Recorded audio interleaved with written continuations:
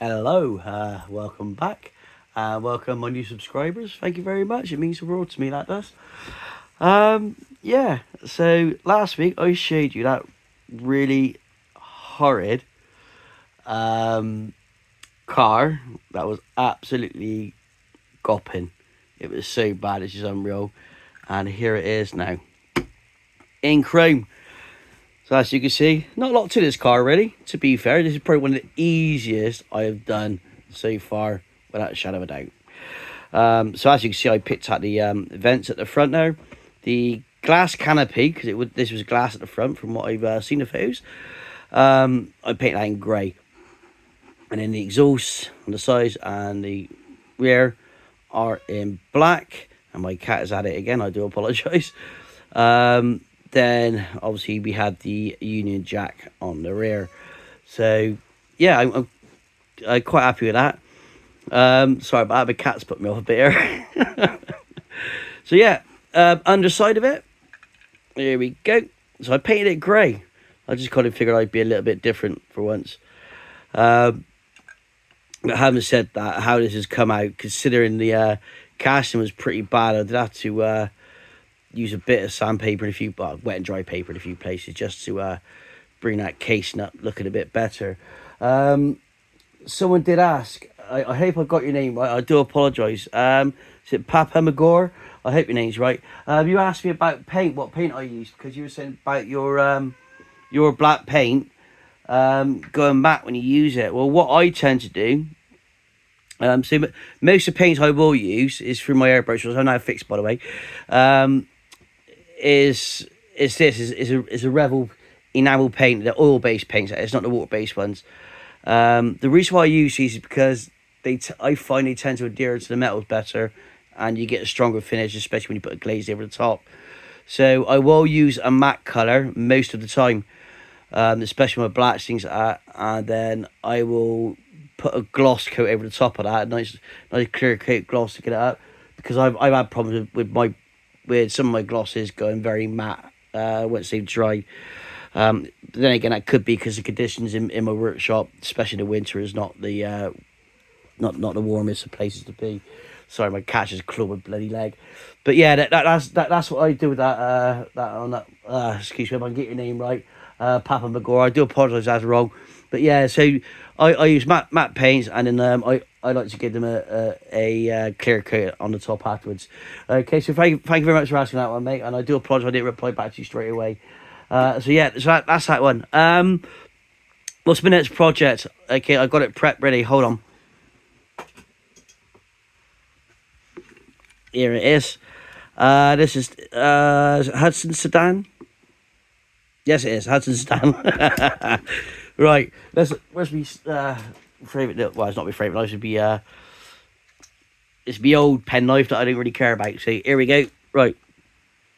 So let's get this thing apart. I hope this ain't manky inside. That last one was absolutely bloody gopping, and an absolute rag order. Okay, that came off quite easy. There we go, let's try it again. I don't want to look at that. Right, so these just slide off. And look at that, straight away. Look at that. Yeah. The base appears to be in good condition, to be fair. I think a good wire brush up. Might even spray it. Might blue it, I don't know, it depends on what colour scheme I decide to go with. So that's that.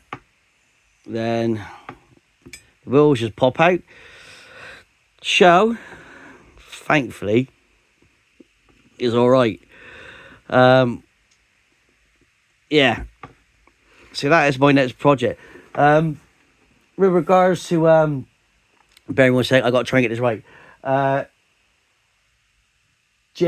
At JG24 Diecast 41, mate, you're quite right. I think I did need an ass mat seat for that last one, buddy. I tell you, that was pretty damn awful. I was half tempted to dig a ditch in the back garden, chuck a load of napalm on it, and a can of bug spray to be on the safe side. I mean, it was pretty gopping at the best of times. So yeah, don't worry, I managed to get it clean in the end. So thank you for that. Sorry I haven't replied to your comment on air, but I'll do it this way instead. Also, Martin there, mate, thanks buddy for your comment. That was pretty awesome. And yeah, that car was a filthy mess. Even even you noticed that. Fraser Martin, yeah, thanks, mate. I did look at the Thunderbolt, and you are quite right actually. If I just bring this in, you did mention that the car had three axles, and the dinky one only portrays. Shall I say 2 seconds, guys? It only portrays two axles on it. So, but when you take a closer look at the casting, you can see these two lumps at the front there, and I think that's supposed to represent the third axle. So, I think Dinky could have put a third one in there, but I don't know. They did, yeah. But anyway, yeah. So yeah, you're quite right, mate.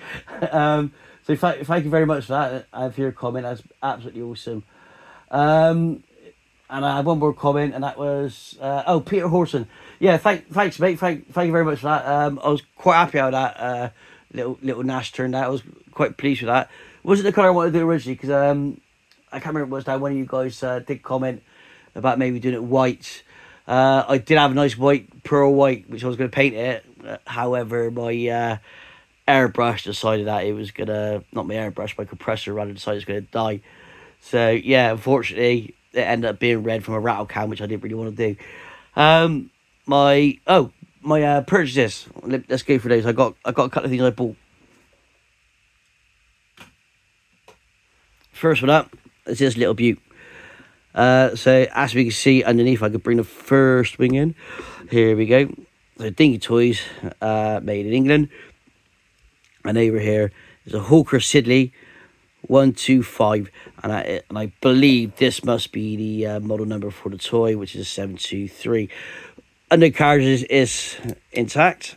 If I just flip these out, and this one, and pop the door down, and there we go. Let's get it on there on my little manual turntable. So there he is. It's absolutely fantastic condition. I'm not going to touch this, guys. I'm going to leave this exactly as it is. I think it would be an absolute crime to do anything else with this. So the windows are a little bit yellow, but it's like me, it's old. So certain things do fade after a while, you know, your hair and everything else. So yeah, don't worry about it. Just age worn stuff. I'm going to leave that as it is. I'm not going to touch it, guys. So I'm really happy that I got this for a good price. So yeah, that's really, really cool. And everything I did buy, I bought another one of these. There we go, look at that. I bought another one. The reason why I bought this is because it was going, on the bird pretty cheap. So all this needs is a canopy and nose cone and a pilot. The underside of it is in great condition. Maybe some new decals on the bottom there. I might even put some new decals on there just to freshen it up a bit. And that is literally all I'm going to do with this. It's too good to do anything else, but I don't really want to go destroying it. Everything's there. It's in great condition. I do have another one of these. Again, it's got the same parts missing as this. Canopy, pilot, and a nose cane. So that basically, the other one I might actually do in the RAF colours.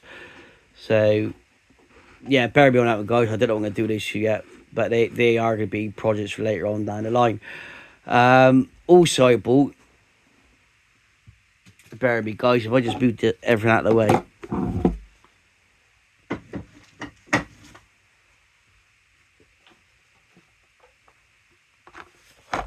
Ta-da! I bought this. Right, I'm not going to open this up yet and show you guys everything inside. Because what I will do is I'm going to do a separate video on this, and we'll have an in-depth look at the box, and I'm going to take it out of the box. I'm going to unpack it, because I am going to paint this. I've always wanted to get my hands on one of these. So this is a Seep Cat Jaguar. These, if I remember right, they were used during the first Gulf War back in 91. I was still at school then, and I remember on the news watching these things. These were like a air to ground attack plane in a sense. and they were very good at what they did. These were very. I mean, I remember watching these on these, seeing these along with the tornadoes in operation as well as the Harrier. So absolutely wonderful plane, piece of aviation history. Obviously not used now. So well, I say that. I do.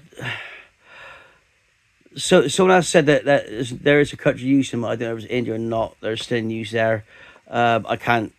Don't quote me on that. If I'm wrong, I'm wrong. I apologise. But apparently they're still using these. So operational. They were good for the time for what they did. They're a great aircraft. And unfortunately no longer in use anymore. But I fond memory of seeing these on the news alongside the tornadoes. Another favourite plane of mine, which I have got my eyes on one at the moment, which I might in one of these kit forms again, the tornado, which I'll be looking at buying. As for the colour scheme on this, I'm not sure what I'm gonna do with this yet. I have thought about going along the desert paint scheme with it, which they had during the Gulf War. So I just want to think about it. I'm not too sure because I believe this is a 125 model. If that is the case, then getting decals for this is relatively easy and straightforward. I can buy them. So the decals for this, by the way, are in the box, but that's the standard ones. If I'm going to do it, I'm going to do it right. I don't want to get decent decals. So yeah, it's something I'm playing with it. Maybe not 100% sure what I want to do with this, but absolutely wonderful piece of kit. I do like it. Obviously, as you can see on there, the apparently there's a pilot ejects out of it. I don't know how well these go together in comparison to the ones, because you can actually buy this as already built or in these kit forms, as a lot of you guys know already. So yeah, thanks for watching, guys. My next video will be unboxing this. I might do it tomorrow night. So yeah, so thank you very much, guys. I wish you all the best. Have a good weekend. Enjoy yourselves. And thank you for your comments. And thank you for all the likes that you guys have given me on the videos. Don't forget, guys, like and subscribe. And obviously I'll keep these videos coming as much as I can. So thank you very much, guys. And I wish you all the best. Good night and God bless you all.